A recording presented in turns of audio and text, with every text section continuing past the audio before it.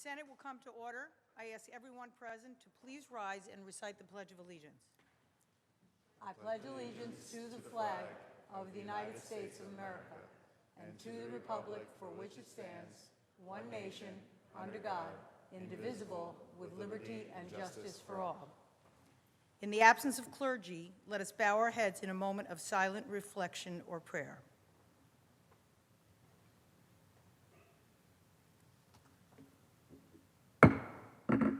Reading of the Journal.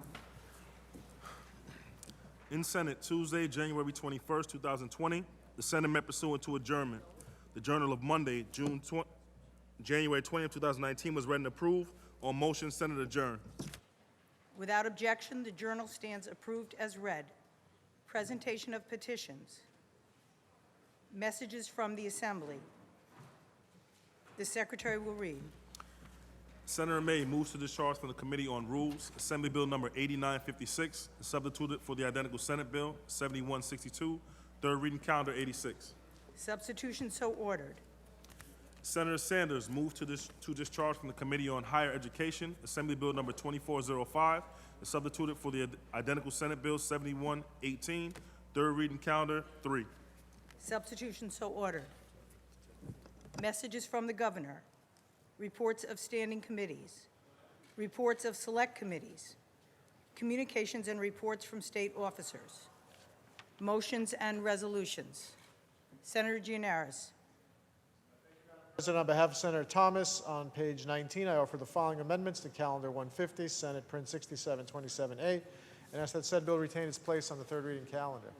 The amendment is received, and the bill shall retain its place on the third reading calendar. And on behalf of Senator Ramos, on page 19, I offer the following amendments to Calendar 169, Senate Print 6726, and ask that said bill retain its place on the third reading calendar. The amendment is received, and the bill shall retain its place on the third reading calendar. At this time, Madam President, I move to adopt the resolution calendar with the exception of resolutions 2478 and 2583. All in favor of adopting the resolution calendar, with the exception of resolutions 2478 and 2583, please signify by saying aye. Aye. Opposed, nay. The resolution calendar is adopted. Senator Gianaris. Madam President, at this time, I'd like to acknowledge a group that's with us in the gallery. The New York Immigration Coalition is here in Albany doing their work today.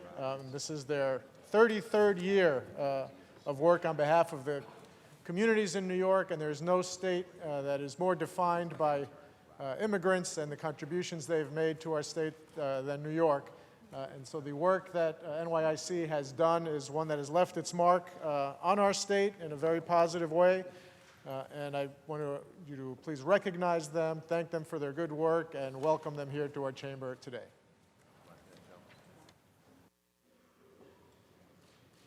To our guests, I welcome you on behalf of the Senate. We extend to you the privileges and courtesies of the House. Thank you for your work. Please rise and be recognized.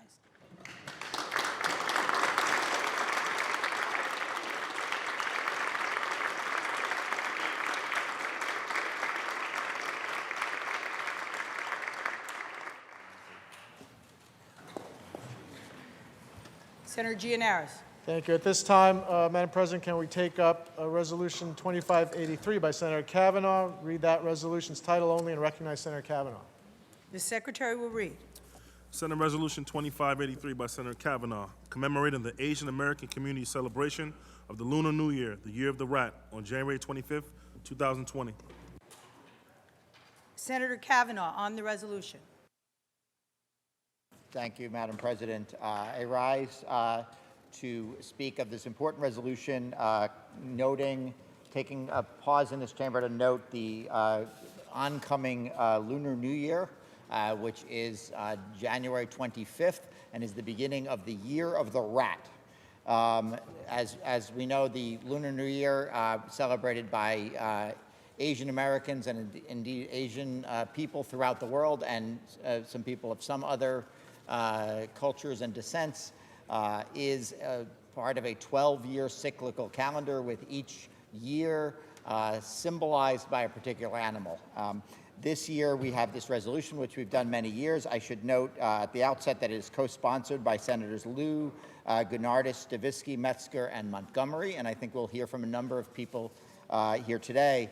But this, the Lunar New Year is, of course, an opportunity for us to celebrate the great cultural diversity of our country, the contribution of Asian Americans to our country over many years, and also the diversity within the Asian American community. Many people of many different cultural backgrounds celebrate this as the principal holiday of the year, and indeed the most important of New Year festivals.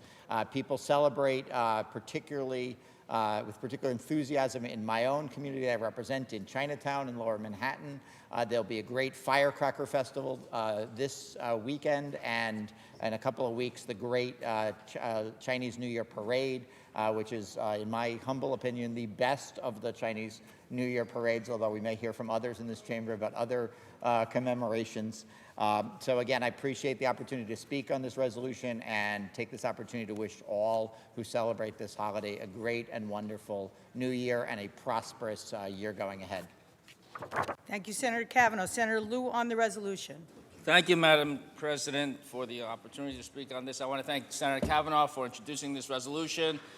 What can I say? Have dinner with your folks on Friday or Saturday, depending on your preference, and don't wash your hair on Saturday.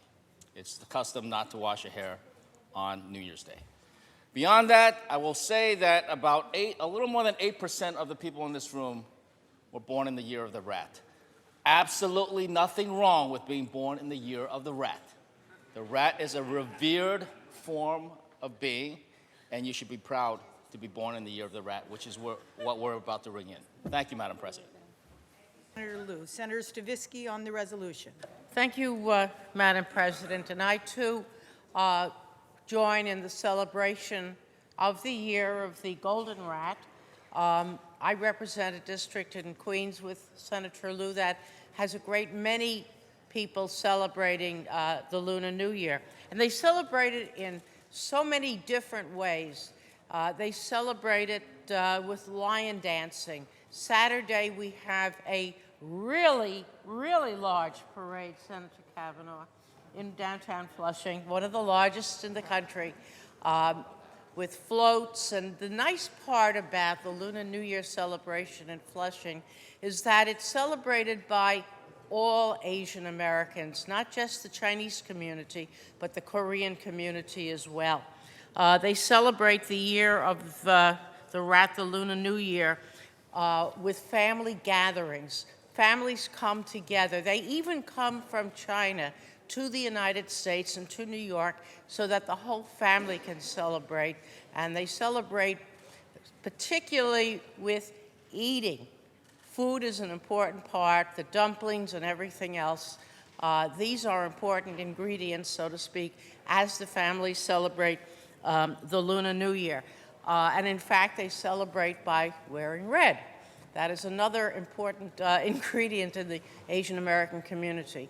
But it's more than that. It's more than the parades and the eating and everything else. It shows the respect that the community has, and the city and state and nation have, for the Asian American community. They have made so many contributions to our culture, to our government, sharing their traditions, and we all celebrate together. And I wish everybody a very happy and prosperous Lunar New Year. And as they say in Mandarin, Xin Yan Kwa Le, and in Cantonese, it's Gong Hei Fa Shoi, and in Korean, it's Seihei Bug Mani Badasayo. And by learning these phrases and other phrases in the languages, I think we make government more accessible to the Asian American community, and they in turn have done so much for us. And I represent a district that is more than half Asian American, and I stand here proudly and thank Senator Kavanaugh for his resolution. Thank you, Mr. President. Senator Gennardis on the resolution. Thank you, Mr. President. I too rise to commemorate the Lunar New Year celebration that we're about to embark on. I represent a district that is nearly 30% Asian American, and this is a very special time of the year where we get to celebrate with this community that offers so much to the fabric of Southern Brooklyn. I look forward to the month ahead. We have so many parades and festivals and celebrations, so many feasts. As Senator Stavisky said, this is a big holiday to eat at, and I look forward to this every single year, even before I was elected into office, because it becomes a tradition in the community and one that so many people look forward to. I look forward to celebrating with my neighbors yet again this year, the Year of the Rat. I wish all of my constituents and all who celebrate the Lunar New Year a very happy and prosperous year. May this coming year be filled with blessings, riches, and all that you desire. Thank you. The question is on the resolution. All in favor signify by saying aye. Aye. Opposed? The resolution is adopted. Senator Janaris. Mr. President, can we now please take up Resolution 2478 by Leader Stuart Cousins, read that resolution in its entirety, and recognize Senator Bailey on that resolution. The Secretary will read. Senate Resolution 2478 by Senator Stuart Cousins, commemorating the observance of the 35th annual Martin Luther King Jr. Day in the state of New York on January 20th, 2020. Whereas from time to time, we take note of certain individuals whom we recognize for their valued contributions and to publicly acknowledge their endeavors which have enhanced the basic humanity among us all. And whereas, attendant to such concern and in full accord with its long-standing traditions, it is the custom of this legislative body to join the people of this great Empire State in proudly observing the 35th annual Martin Luther King Jr. Day in the state of New York on January 20th, 2020, taking note of his many accomplishments and contributions to mankind. And whereas Dr. Martin Luther King Jr. was born the grandson of a slave in a segregated society in Atlanta, Georgia on January 15th, 1929, it was instrumental in formulating a policy which ultimately destroyed legal apartheid in southern states of our nation. And whereas in February of 1968, Dr. Martin Luther King Jr. spoke about the inevitability of his death and hoped that we spoke of his life, we would not concentrate on his academic achievements, that he graduated from Morehouse College, that he attended the Crozer Theological Seminary in Boston University, where he earned a doctorate in systematic theology. And whereas, furthermore, Dr. Martin Luther King Jr. did not find it important that we mentioned that he won the Nobel Peace Prize and over 300 other awards. And whereas Dr. Martin Luther King Jr.'s finest legacy of greater social justice for all Americans was truly reflected in his devotion to serve and respect others, and in his steadfast love for all humanity. And whereas standing in a long line of American black leaders, Dr. Martin Luther King Jr. represents the historical culmination and the living embodiment of a spirit of unified purpose rooted in black African culture and the American dream. And whereas an apostle of peace, Dr. Martin Luther King Jr. fought unrelentingly for the civil rights of all Americans and taught us that through nonviolence, courage displaces fear, love transforms hate, acceptance dissipates the prejudice, and mutual regard cancels enmity. And whereas Dr. Martin Luther King Jr. manifestly contributed to the cause of America's freedom, and his commitment to human dignity is visibly mirrored in the spiritual, economic, and political dimensions of the civil rights movement. And whereas, in addition, Dr. Martin Luther King Jr.'s life was devoted to the liberation of his people, and his courage transcended the advocates of mindless retrenchment. And whereas it is the sense of this legislative body that the common and shared responsibility of governance demands an irrevocable commitment to the preservation and enhancement of human dignity as exemplified by Dr. Martin Luther King Jr. And whereas upon the occasion of the celebration of his birthday, Dr. Martin Luther King Jr., it is the practice of this legislative body to commemorate the heroic efforts of Dr. King, who loved and served humanity, and who was a drum major for peace, justice, and righteousness. And whereas the 2020 Dr. Martin Luther King Jr. holiday observance marks the 91st anniversary of his birth and the 35th annual holiday celebrated in the state of New York in his honor. Now, therefore, be it resolved that this legislative body pauses its deliberations to memorialize and pay tribute to the legendary life and achievements of Dr. Martin Luther King Jr. upon the occasion of the anniversary of his birth and the celebration of Martin Luther King Day in the state of New York and throughout the nation. And be it further resolved that a copy of this resolution, suitably engrossed, be transmitted to the Black, Puerto Rican, Hispanic, and Asian Legislative Caucus.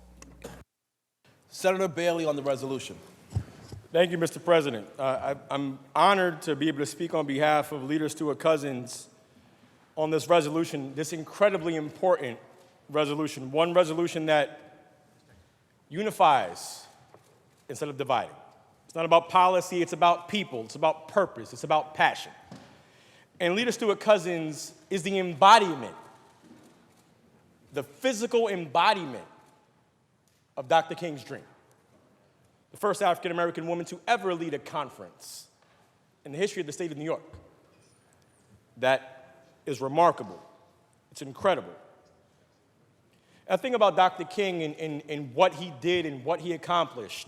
And I think about this past Monday when many of us, if not all of us, back in our districts, we went to churches and rallies and meetings, and we spoke to different people, Mr. President. And one of the things I want to make us aware of is that it's not a day off, it's a day on, as we've heard. And it's not just a day of service that we've heard, but it's a day of reflection. It's a day of incredible reflection for me as I get closer to the age of 39, that magic number 39. Dr. Martin Luther King Jr. died at the age of 39, Mr. President, and I am 37. And every year I reflect a little bit more about what I've not done that Dr. King was able to get accomplished in his 39 years. I think about the 39 that I have. The only thing I have in common with Dr. King is my license plate number. Mr. President is 39, and he was 39 when he passed away. I have a lot more to do. We all have a lot more to do.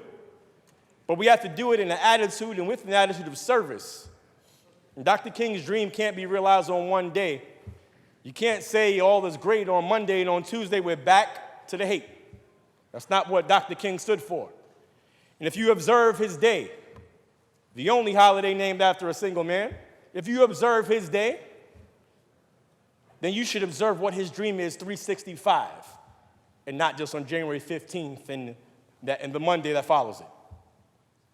You see, I think about Dr. King's quote, life's most persistent and urgent question is, what are you doing for others? That's the service component, Mr. President, and we're lucky to serve in this body.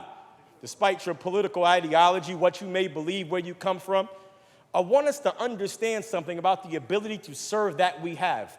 We are 63 people out of a state that is approximately 20 million people strong. That is 0.0000315. That's the only time I'll ever be a part of the 1%, Mr. President.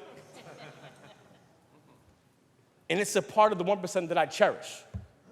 Dr. King also said everybody can be great because anybody can serve. And we must serve. Whatever it is that we believe in, we must serve the communities that we come from, capably, well, and with passion and purpose.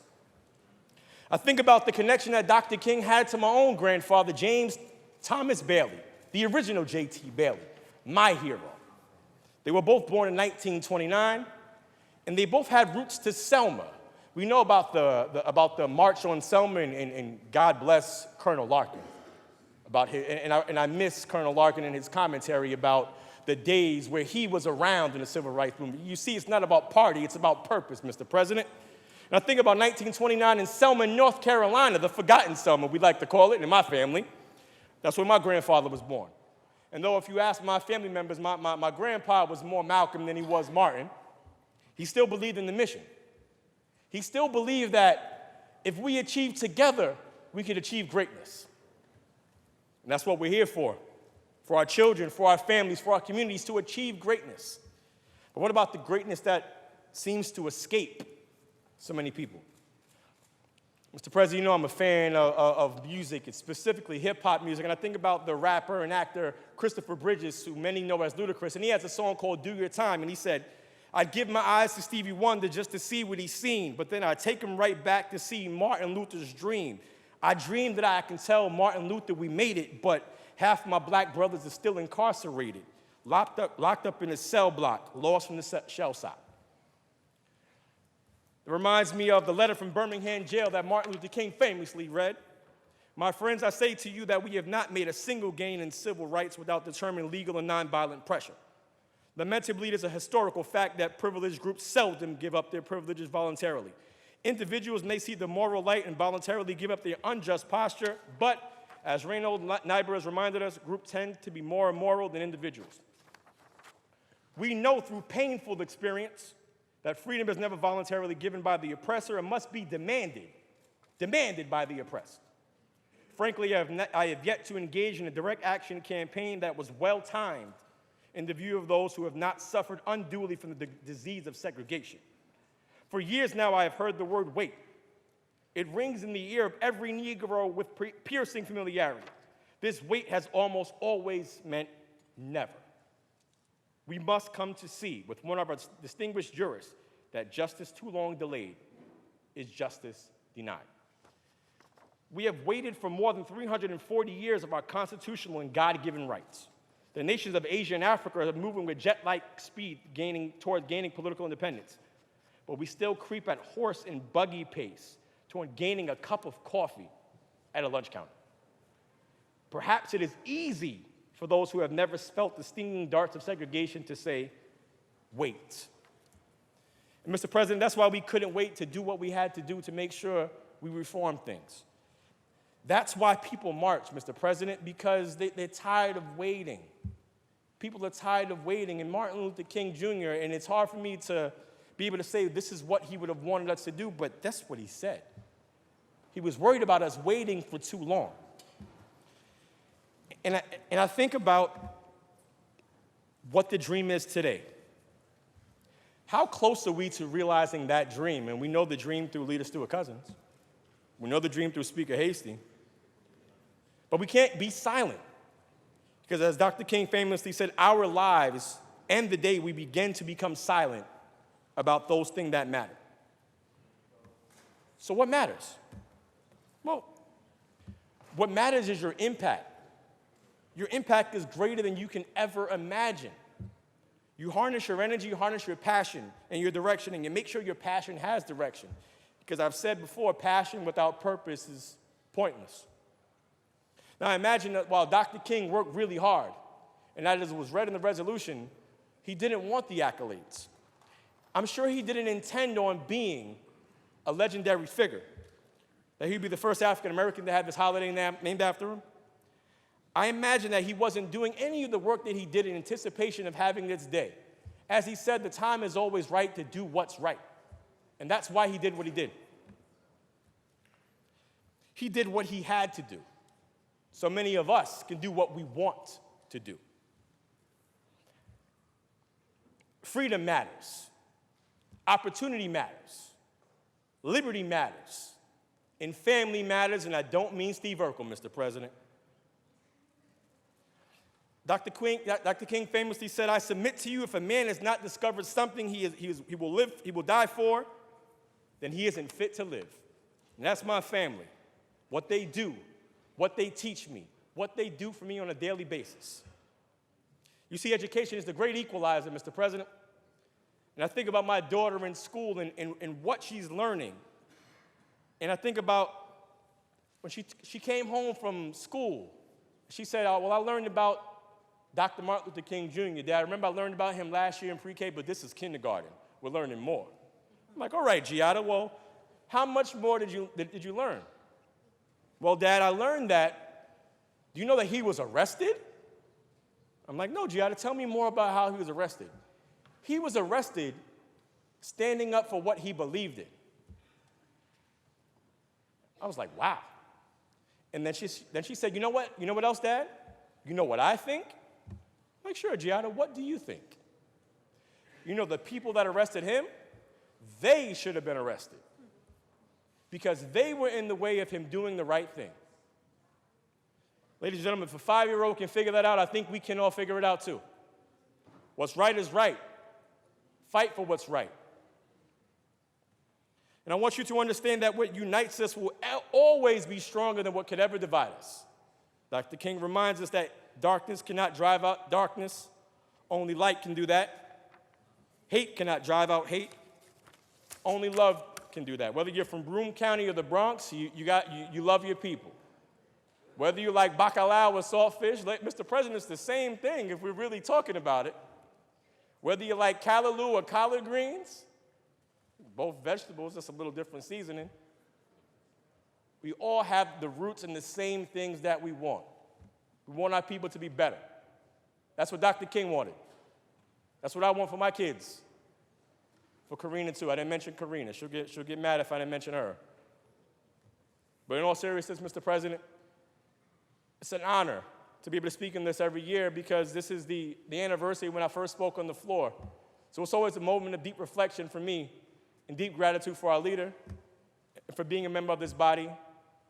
I do because King dreamed. Thank you, Mr. President. Senator Lieu on the resolution. Thank you, Mr. President. Tough to follow that act, Senator Bailey. I agree with everything he said.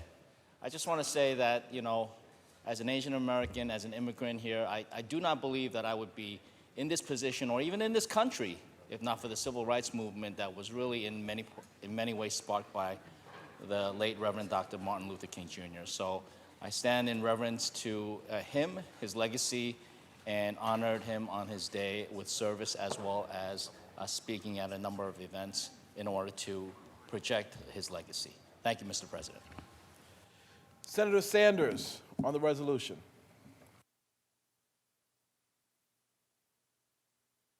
The leader for coming up with this resolution and the two previous speakers, they were very eloquent.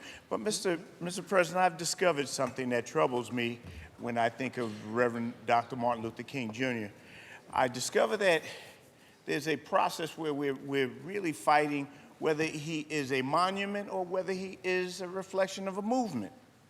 Now, I have found that systems that want to get rid of folks sometimes promote them up. Sometimes they deify and ossify. They encase a person in a stone, perhaps down in D.C., and say, here lies this great movement, and all of the things that were involved have been encased there. We need not speak of this any further. It is over.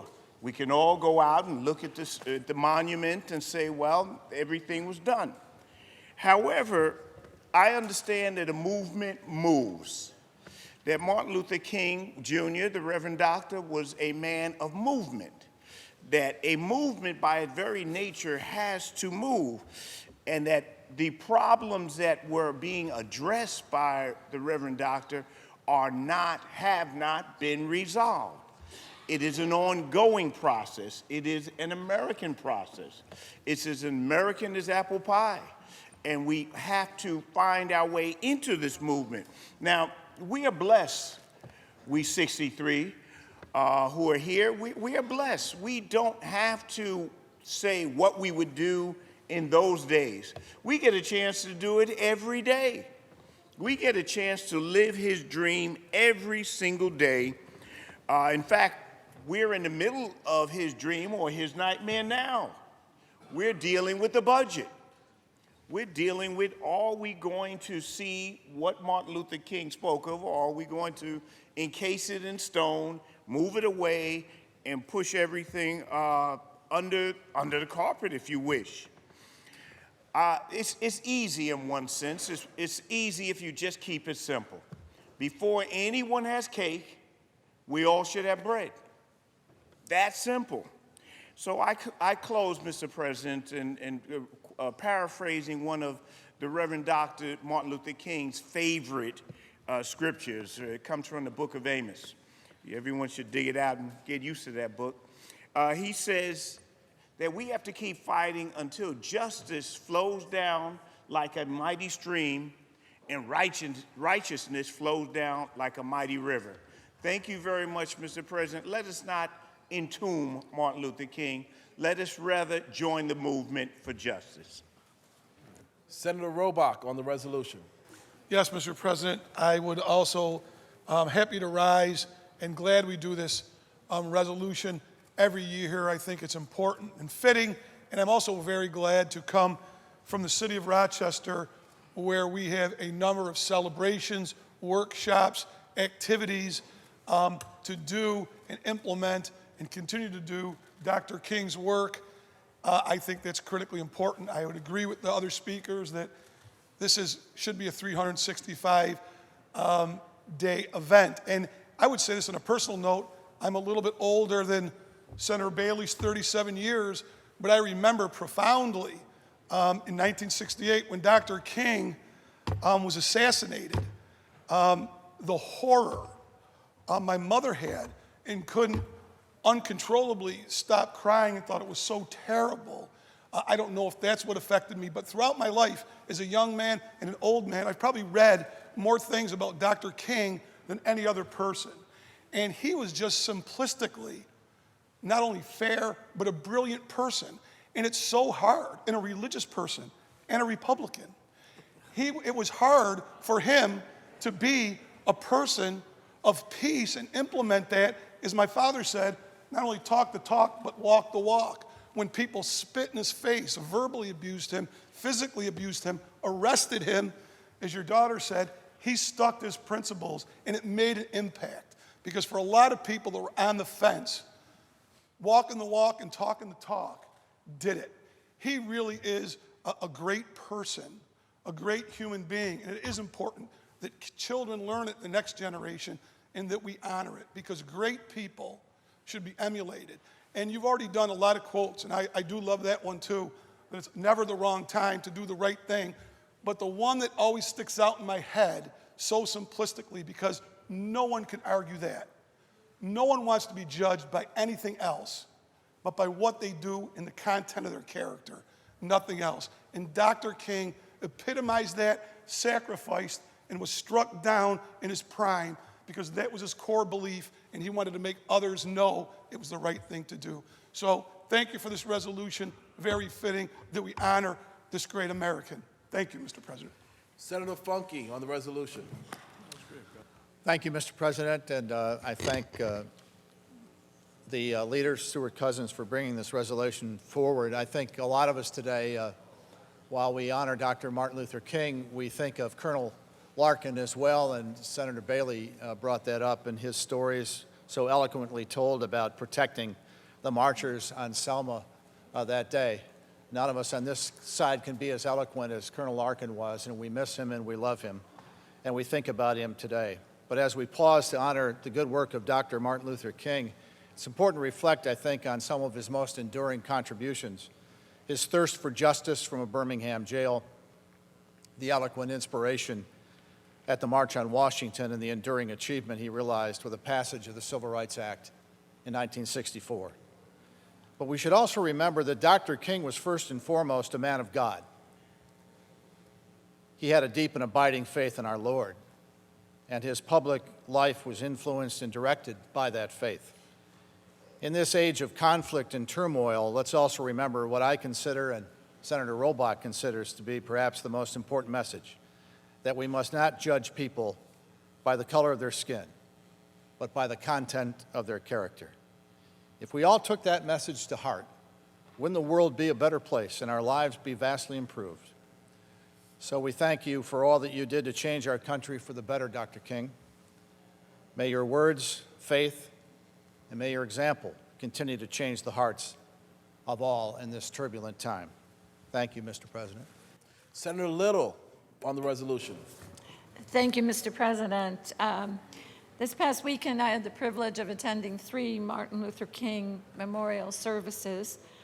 And the first one, we had a young man who in high school memorized the I Have a Dream speech. His name was Trevor, and he is 10 years later still giving the speech. But he gave it with such passion, compassion, unbelievable emphasis on all of the words that I actually closed my eyes and pictured Dr. King giving that speech in front of us. But the speech truly was about working together and the need for all of us to work together in a better way in order to accomplish much more. So the next day, I did a little research and started looking at some of the readings and speeches of Dr. King. And there was one that he gave at Queens College in 1965. And he gave the speech there because a young man, a college student, Andrew Goodman, had gone to Alabama and had marched in one of the voting rights marches and was killed, unfortunately. And in his speech, which I would like to quote, he just really says so much that is so applicable throughout all of our lives. And I do quote, "You love every man, not because you like him, not because his ways appeal to you, but as theologians say, because God loves him. You rise to the level of loving the person who does the evil deed while hating the deed that the person does. You resist the evil with all of your might and all of your strength that you can muster. You maintain this active goodwill, knowing that hate destroys the hater as well as the hated. And as he ended that speech, at the conclusion, being a man of faith and a minister as he was, I would quote what he said then. "I still have faith in the future, however dark the night, however dreary the day. I still believe we shall overcome." And I think that's a message that applies today to all Americans. So it's an honor, and thank you for the resolution. Senator Krueger on the resolution. Thank you, Mr. President. I also want to thank Andrea Stewart-Cousins for bringing this resolution again. Sometimes when you're in politics for a long time, and I'm starting to feel like I have been in for a long time, you wonder where your mentorship comes from, what inspires you, what do you remember? Certainly the teachings and the life of Martin Luther King is one of the things that I never lose track of. The teachings and the life of Eleanor Roosevelt is someone else I never lose track of and turn to for inspiration. And I'm very glad that we videotape what gets said on this floor, because your children, Senator Jamal Bailey, need to be able to, as they grow up, hear what you said today about the fight, the march, the progress we must continue to make, and what you were doing for them. And they're young, so I'm not sure they'll understand it all, even though at 5, your one daughter seems scarily smart, to put all of this in perspective. But for all of us, for children, for grandchildren, to hear the next generations of leaders in this country speak about what they've learned and what they are there to teach us as we go forward. So thank you all for speaking on behalf of Dr. Martin Luther King today. But please, everybody's children, watch Jamal Bailey's tape later on. Thank you. Senator Savino on the resolution. Thank you, Mr. President. First, I want to thank Senator Andrea Stewart-Cousins for bringing this resolution again. And I just want to touch on what Senator Krueger just said, because when Senator Bailey sat down, I turned to him and said, "That might be the best speech you have ever given in your life." And I absolutely believe that. It was heartfelt, and it was brilliant. And we have stood on this floor year after year in recognition of the life of the Reverend Dr. Martin Luther King. And I, like many of you, miss Senator Larkin for so many reasons, but mostly because this was a day where he got to share his role in history and meet Dr. Martin Luther King. I am considerably older than you, Senator Bailey, just about 18 years older than you, but for me, the Reverend Dr. Martin Luther King was also a person in history. I was born a month after the March on Washington, and I was in kindergarten when he was assassinated. And so for me, he was a historic figure. And for so many of you, when you talk about his role in the civil rights movement, it's so important. But for me, I always reflect, and I take to the floor every year to talk about his commitment to the labor movement. The Reverend Dr. Martin Luther King truly believed that workers were best served by unions. In fact, he spoke in 1965 at the AFL-CIO's National Convention, where he said the labor movement was the principal force that transformed misery and despair into hope and progress.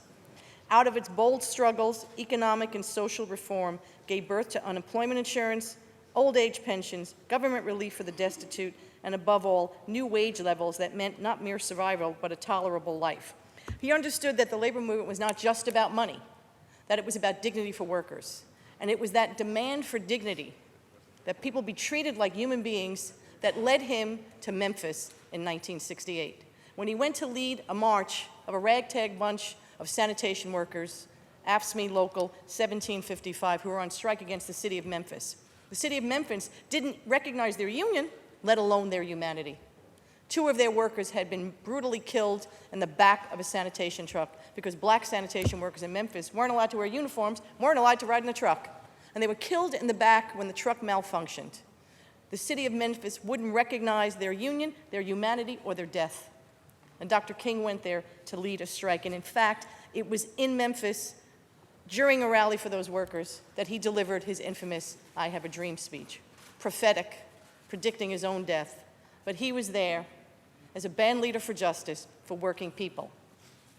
Again, I was way too young to know anything about him, but in 1993, as an activist with the parent organization, AFSCME, I went to Washington for the 30th anniversary of the March on Washington. And I will tell you, 30 years after the first march, the passion, the commitment, the respect, and the devotion to that man was as evident as millions of people marched on Washington to celebrate not just his life or his legacy, his commitment to working people, his commitment to civil rights, his commitment to a better America. So if I'm here again next year, I will rise again to speak on Dr. King's role in the labor movement, and I want to thank all of my colleagues for doing this every year. It is so critically important, and of course, thank our leader for bringing this resolution to the floor. Thank you, Mr. President. Senator Montgomery on the resolution. Thank you, Mr. President. I want to join my colleagues and thank our leader for introducing this resolution to remind us of the importance of one person who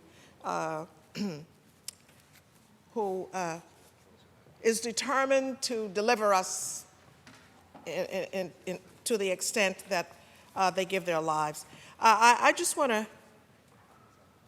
I'm thinking about Dr. King and what it must have been when he started out in Montgomery. And I want to pay tribute to the people who joined him for the bus boycott. That must have been for him proof that if he built an organization, a movement in a certain way, that it would work. That was his formula for success. That those people were willing to walk miles every day to get to work, to get to do whatever they had to do, to walk miles to show that they were no longer willing to live under this Jim Crow process, where you to get on a bus that you pay to get on the bus, and you had to go to the back of the bus, and if you sat in the wrong seat on the bus, you could be arrested. And a lot of people were arrested before they started the boycott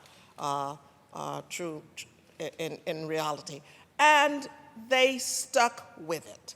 He was a leader that they agreed to listen to. And that must have really given him inspiration to go forward with a movement that lasted way beyond. And then I think about him and what it must have been, how many hours and how many times he was so afraid for his life, but he figured this is what God has put me here to do, and that my people are going to be with me, and that I have been called to deliver my people to a place, and if I don't get there with them, I still have to be in front, and I still have to be working. So it was a movement to try and disband Jim Crow in the country. So people couldn't vote. People couldn't ride on the bus. People couldn't sit in people couldn't go to a Woolworth counter and buy a hamburger, and on and on. So it was a terrible, terrible time for black people in this country. And he decided that he would put his life on the line and bring his people together and create a movement to disrupt this system. So sometimes I think, I sit and think, I really appreciate the fact that people who didn't know him, I didn't know him, but people who never walked in those shoes, that they can still talk about him. I have to give you so much admiration, because you didn't walk in those shoes. And you have to have walked in those shoes. You have to have sat and been looked down upon because of the color of your skin. You have to have been required to walk to school because there was no school bus to pick you up. You have to have experienced such a level of disrespect and disregard and invisibility and violation and violence just because you're a person of color. So for people who never experienced that, I have to say I admire them. So I admire my colleagues who really cannot possibly understand what Dr. King meant to America. And so here is the man who, after all of his activity, after organizing us, after creating a pathway to a new life and a new possibility for people of color in this country, voting rights came about, civil rights came about. These are the basic rights of Americans that people had to die for, and right now, I think it is important that we're saying to ourselves, to each other, to our children, this is what Dr. King meant. We shall never, never forget that, especially people of color. But it is so inspiring, too, to see people not of color who never had to walk in those shoes, never had to suffer what we had to suffer, that they, too, can admire Dr. King. So I thank you for that. I thank our leader for giving us this chance every year, this chance, this hour, to say, as I say, I saw Harriet Tubman movie recently, and after seeing that, I no longer say Harriet Tubman. I say we are Harrieting. Harrieting. We are standing up for what is right because we believe that Dr. King gave so much just for us to be able to stand here and speak about him and his movement. So thank you, Mr. President, and thank you, Leader Stewart Cousins. The question is on the resolution. All in favor signify by saying aye. Opposed? The resolution is adopted. Senator Janaris. Mr. President, at the request of the sponsors, the two resolutions we just took up are open for co-sponsorship. The resolutions are open for co-sponsorship. Should you choose not to be a co-sponsor of the resolutions, please notify the desk. Senator Janaris. Can we now take up the calendar, please? The Secretary will read. Calendar number 18, Senate Print 6939 by Senator Parker, an act to amend the Environmental Conservation Law. Read the last section. Section 3 of this act shall take effect on the same date and in the same manner as the chapter of the laws of 2019. Call the roll. Addabbo, Flanagan, Janoris, Kruger, Stewart, Cousins, Thomas. Announce the results. Ayes 61. The bill is passed. Calendar number 62, Senate Print 5517 by Senator Bailey, an act to amend the Criminal Procedure Law. Read the last section. Section 2 of this act shall take effect immediately. Call the roll. Addabbo, Flanagan, Janoris, Kruger, Stewart, Cousins, Thomas. Announce the results. Ayes 61. The bill is passed. Calendar number 86, Assembly number 8956 by Assemblymember Lupardo, an act to amend the tax law and the Alcoholic Beverage Control Law. Read the last section. Section 6, this act shall take effect on the same date and in the same manner as the chapter of the laws of 2019. Call the roll. Addabbo, Flanagan, Janoris, Kruger, Stewart, Cousins, Thomas.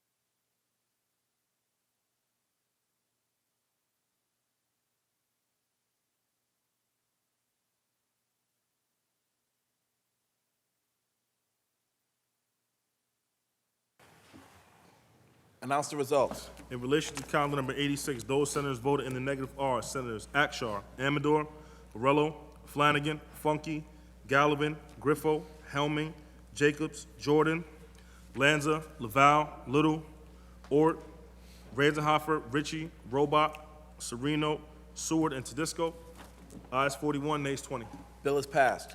Calendar number 88, Senate Print 7164 by Senator Mayer, an act to amend a chapter of the laws of 2019. Read the last section. Section 2, this act will take effect on the same date and in the same manner as the chapter of the laws of 2019. Call the roll. Addabbo, Flanagan, Janoris, Kruger, Stewart, Cousins, Thomas. Announce the results. In relation to calendar 88, those senators voted in the negative are Senator Akshar, ayes 60, nays 1. The bill is passed. Calendar number 94, Senate Print 7170 by Senator Brooks, an act to amend the military law. Read the last section. Section 2, this act shall take effect on the same date and in the same manner as a chapter of the laws of 2019. Call the roll. Addabbo, Flanagan, Janoris, Kruger, Stewart, Cousins, Thomas. Announce the results. Ayes 61. The bill is passed. Calendar number 98, Senate Print 7174 by Senator Prasad, an act to amend the social services law. Read the last section. Section 2, this act shall take effect on the same date and in the same manner as the chapter of the law of 2019. Call the roll. Addabbo, Flanagan, Janoris, Kruger, Stewart, Cousins, Thomas. Announce the results. In relation to calendar number 98, those senators voted in the negative. Senator Griffo, ayes 60, nays 1. The bill is passed. Calendar number 107, Senate Print 7183 by Senator Kaplan, an act to amend the State Administrative Procedure Act. Read the last section. Section 5, this act shall take effect on the same date and in the same manner as a chapter of the laws of 2019. Call the roll. Addabbo, Flanagan, Janoris, Kruger, Stewart, Cousins, Thomas. Announce the results. Ayes 61. The bill is passed. Calendar number 108, Senate Print 7184 by Senator Gurnardez, an act to amend the real property law. Read the last section. Section 2, this act shall take effect on the same date and in the same manner as a chapter of the laws of 2019. Call the roll. Addabbo, Flanagan, Janoris, Kruger, Stewart, Cousins, Thomas.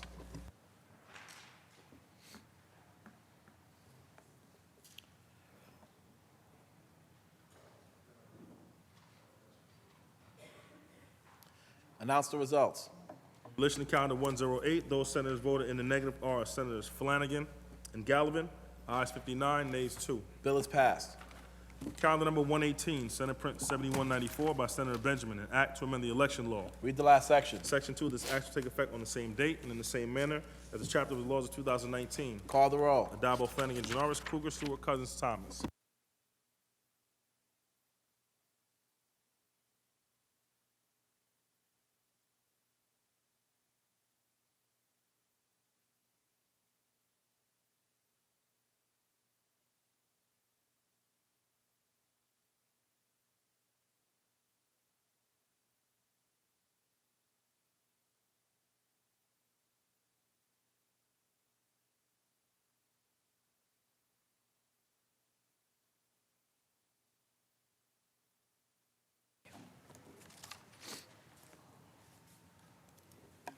Announce the results. Those senators voted in the negative are Senators Akshar, Amador, Borrello, Flanagan, Funky, Gallivan, Griffo, Helming, Jacobs, Jordan, Lanza, Laval, Little, O'Mara, Ort, Ranzenhofer, Ritchie, Robot, Sereno, Seward, and Tedisco. Ayes 40, nays 21. The bill is passed. Calendar number 123, Senate Print 3012 by Senator Gorin, an act to amend the navigation law. Read the last section. Section 2, this act shall take effect immediately. Call the roll. Addabbo, Flanagan, Janoris, Kruger, Stewart, Cousins, Thomas. Senator Akshar to explain his vote. Mr. President, thank you. I'm always pleased and encouraged when this House advances bills that, of course, will help law enforcement and help our fire departments. And thank the sponsor for advancing this piece of legislation. I can't help but think, Mr. President, though, another day has gone by, and I would describe it as another missed opportunity. My friends across the aisle want to help law enforcement, and they want to help the fire department. I would suggest that they dig deep and they find the political will to repeal what has been a disastrous piece of legislation by way of bail reform and discovery reform. That is what the vast majority of New Yorkers want us to do. I think that's exactly what we should do. This House should, in fact, repeal those particular pieces of legislation. I vote aye on this piece of legislation. Thank you. Senator Akshar to be recorded in the affirmative. Senator Janoris.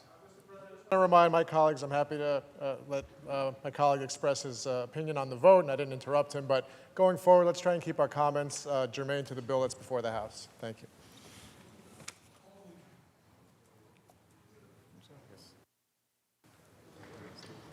Announce the results. Ayes 61. The bill is passed. Calendar number 130, Senate Print 4873A by Senator Stavisky, an act in relation to directing the Board of Trustees of the State University of New York and the City University of New York. Read the last section. Section 3, this act shall take effect immediately. Call the roll. Addabbo, Flanagan, Janoris, Kruger, Stewart, Cousins, Thomas.